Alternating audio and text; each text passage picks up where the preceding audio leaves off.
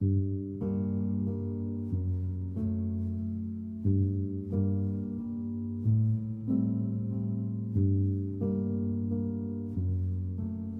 Armstrong was referred for an updated psychological evaluation to gather more information about his interpersonal functioning and understand his relationship patterns better. The reader is referred to his 2017 evaluation for background information. Mr. Armstrong was told that anything he said could be included in this report and he should not consider it confidential. He was instructed the report would be sent to the United States Probation Office. Mr. Armstrong was informed this meant he did not have to answer my questions, could stop at any time, or could consult with his lawyer before answering my questions. Beyond this, he was informed about the limits of confidentiality related to my being a mandated reporter. Mr. Armstrong said he understood this and wished to continue. Mr. Armstrong said he had been in sex offender treatment for the past 9 years. He noted he, quote, shouldn't be there, because he completed the book 5 years ago. He said he was still in treatment, quote, because of the internet. He explained that he was manipulated and tricked by women on the internet and then it was posted. He went on that he would talk with women online and they would upset him by cheating on him. Mr. Armstrong added that he would, quote, get drunk and call them sluts. He would think to himself, quote, why would you make me fall in love with you and treat me like this? Why? Mr. Armstrong reported he had, quote, learned a lot, in sex offender treatment. He learned he was, quote, a good person who messed up. In the future he, quote, just needs to say no. He thinks he needs to, quote, not believe the first story people tell him. He explained that he did not know why he had offended because he, quote, decided to go at the last minute. He explained that his therapist wants him to have in-person relationships rather than ones online. He indicated this was hard because his sex offense history was well documented on the internet. Mr. Armstrong blames his lack of in-person relationships on his relationship with Paula. He noted that they spent a lot of time together after she broke up with her boyfriend. For about 6 months they socialized. They did not discuss a romantic relationship, nor did they have sexual contact. Mr. Armstrong believed they were going to date because she was, quote, giving him signs. His, quote, heart was broken when she began dating someone else. Since then he has had 2 girlfriends. One relationship lasted 3 weeks and the other 1 week. He texts and talks to several women who are in other states. He reports he is waiting for them to come visit him and demonstrate their affection for him by following through with what they say they will do. Mr. Armstrong reports he has, quote, forgiven his family members for abusing him. He noted that he, quote, lost trust because of the abuse and believes his family members should have noticed the abuse. However, now it is, quote, behind him. Mr. Armstrong also said he grew up in a small town and that is why he is so trusting of women who record and then post the recordings on the internet. On April 19, 2019, Mr. Armstrong failed a question about whether he had used alcohol in the past year.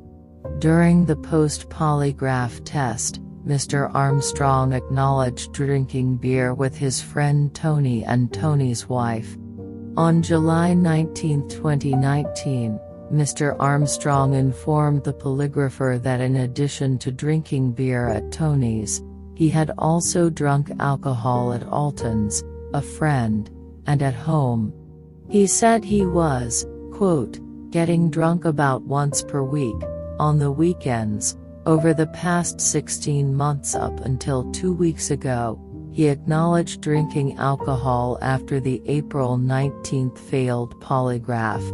Mr. Armstrong failed the polygraph questions about his drinking. He explained that he, quote, may have minimized his drinking with Tony. On June 9, 2020, Mr. Armstrong failed a polygraph about accessing the Internet. He said that he had his aunt access the Internet for him during job searches. He denied accessing the Internet by any other means.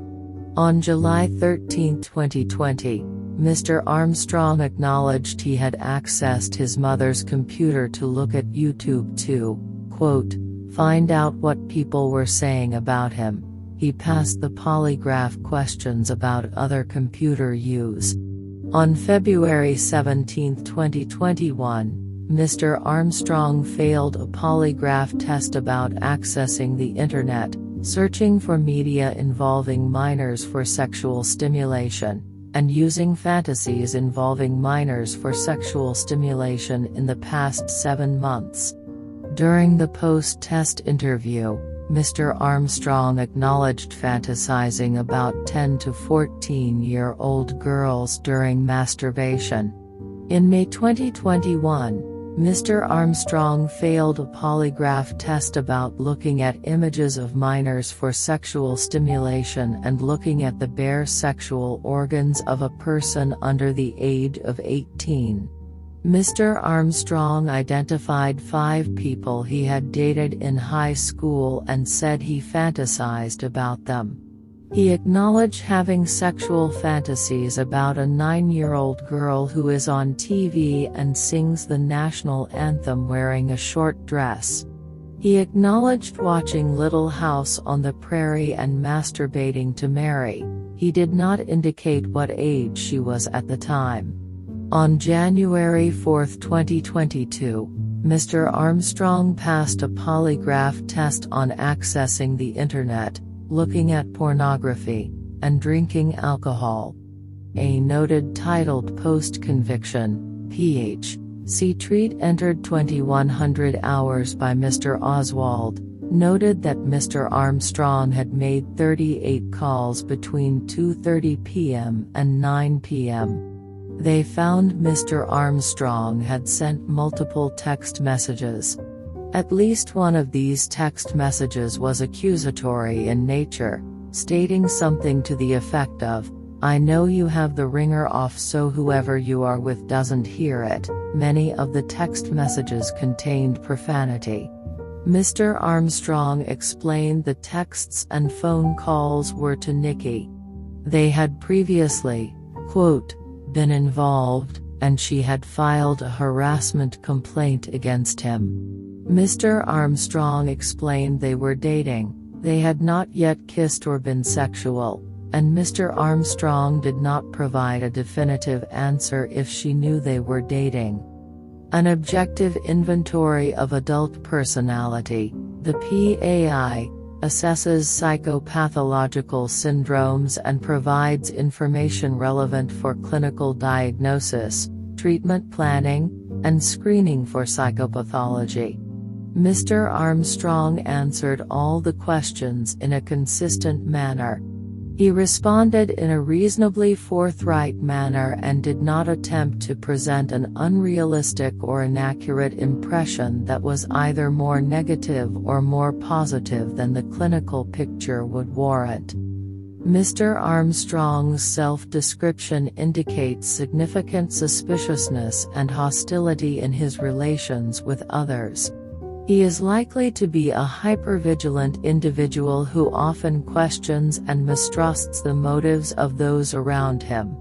He is extremely sensitive in his interactions with others and is quick to feel that he is being treated unequally, and he tends to hold grudges against others, even if the perceived affront is unintentional. Consistent with the constellation of hypervigilance and suspiciousness, he is probably seen as quite hostile. Working relationships with others are likely to be strained, despite any efforts by others to demonstrate support and assistance. Certain elements of his self-description suggest that others are likely to see him as being withdrawn, aloof, and somewhat unconventional. As part of his more general problems in close relationships, he may have difficulty trusting a treatment professional.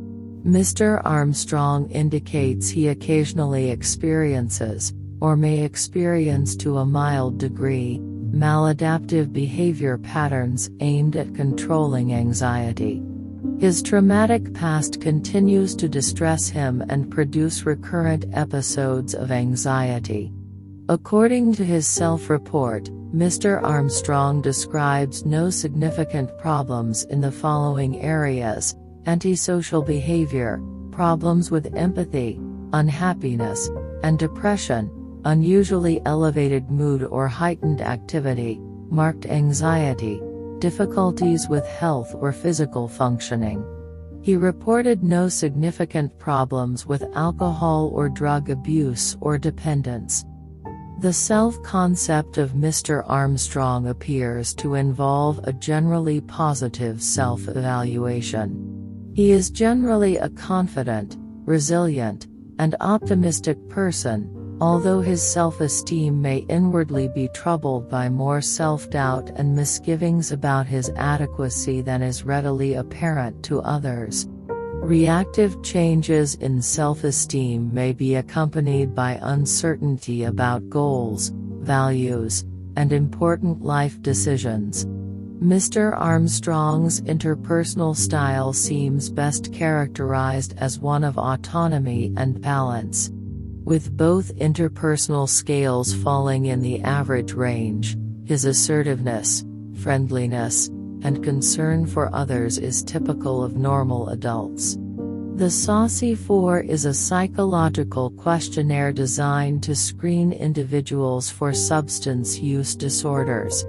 This instrument is used by many diverse types of organizations, including substance use treatment centers, criminal justice programs, behavioral health organizations, social service programs, and private practitioners. The overall accuracy of the Saucy 4 in distinguishing respondents with mild, moderate, or severe substance use disorders from those diagnosed as not having a substance use disorder is 92%. Using the decision-making rules, Mr. Armstrong has a high probability of having a substance use disorder. The look assessment is a visual time reaction measure of sexual interest.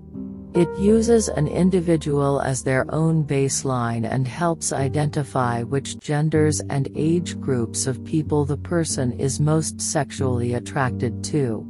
The groups assessed include senior females and males, plus 70, mature adult males and females, 40s-50s, adult males and females, 20s-30s, juvenile females and males, 12 to 17, post-puberty, pre-juvenile males and females, 6 to 11, pre-puberty, small child females and males, 2 to 5, and infant females and males.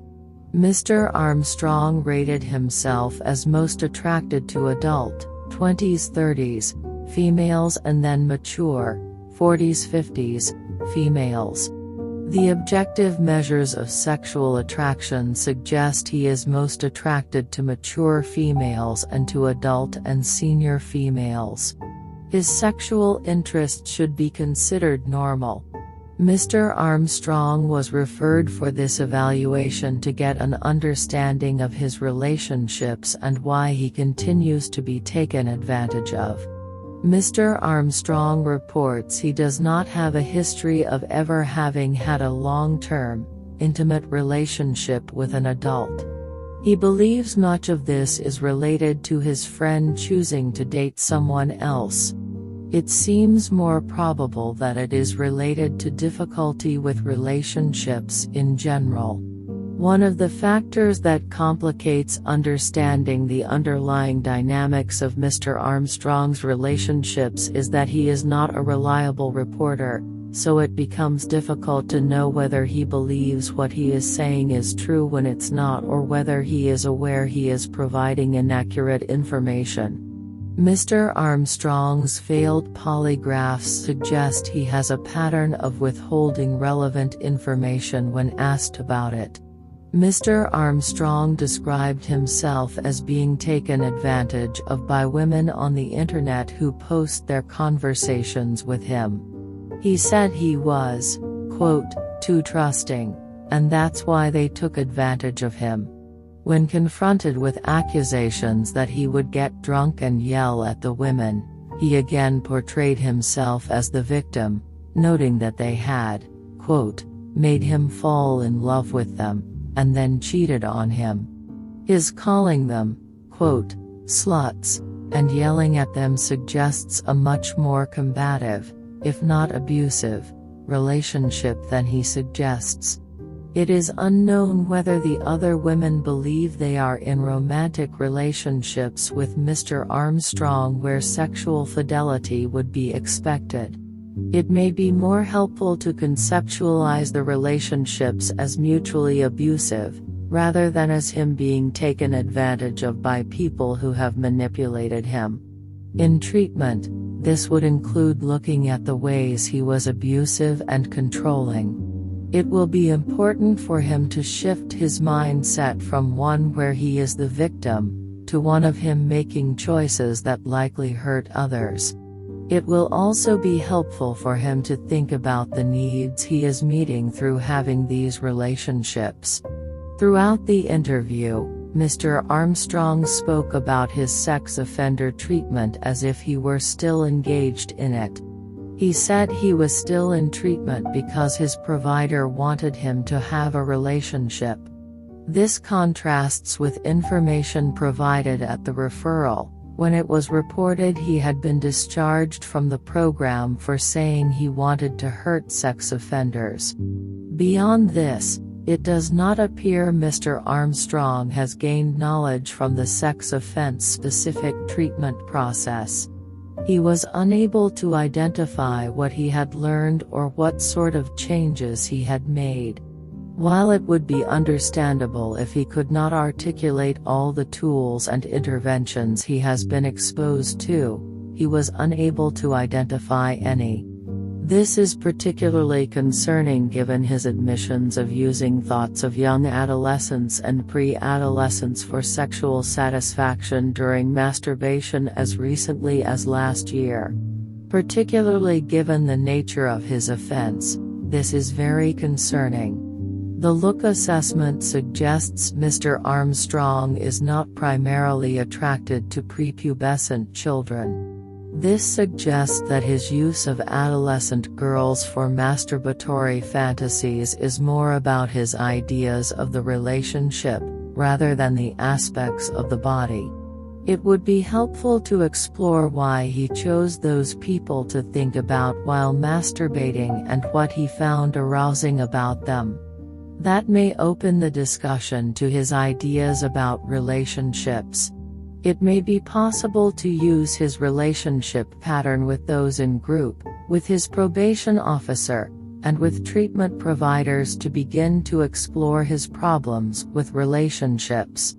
Instances of disingenuousness, deception, or attempts to keep emotional distance can be explored and understood. Developing an understanding of why he chooses women who are unavailable will be important. He states that his presence on the internet keeps him from being able to find romantic partners. This idea should be challenged, especially if there are others whose sex offenses were publicized and who have been able to meet dating partners. He should be encouraged to look beyond his victim stance, and explore how that allows him to not take responsibility. For this to be a successful strategy, he will need to have a positive relationship with his providers and believe they are trying to help him, rather than simply tell him what to do. A strong therapeutic alliance will be critical. This may be difficult given Mr. Armstrong's difficulty trusting treatment providers. Mr. Armstrong has reported a family history full of sexual abuse. The extent to which these generational patterns may have impacted Mr. Armstrong's interpersonal functioning is unknown. There are several ways the family history of abuse may be impacting Mr. Armstrong. First, the family system may not have taught Mr. Armstrong the skills necessary for a loving, interdependent relationship. It may have taught him that relationships are best managed by maintaining a facade, and that people are not to be trusted. This is consistent with the results of the PAI. It may also be that the history of abuse has taught him antisocial values and patterns. That is, the abuse may have taught him that saying things that are untrue and being verbally aggressive are the best way to navigate relationships. Mr. Armstrong reports he does not drink alcohol. He did not add that he had recently stopped. The saucy suggests there is a high probability of him having a substance use disorder. If he has recently stopped drinking, this may account for the scores. However, if he has not stopped drinking, he is unlikely to connect the problems he experiences with his alcohol use. Mr. Armstrong should not drink alcohol, and he would benefit from changing the patterns that support his drinking. He readily acknowledged getting drunk and yelling at people with whom he considered himself to be in a romantic relationship. There may be other times when his drinking has caused him problems in relationships. This would be worth exploring with him.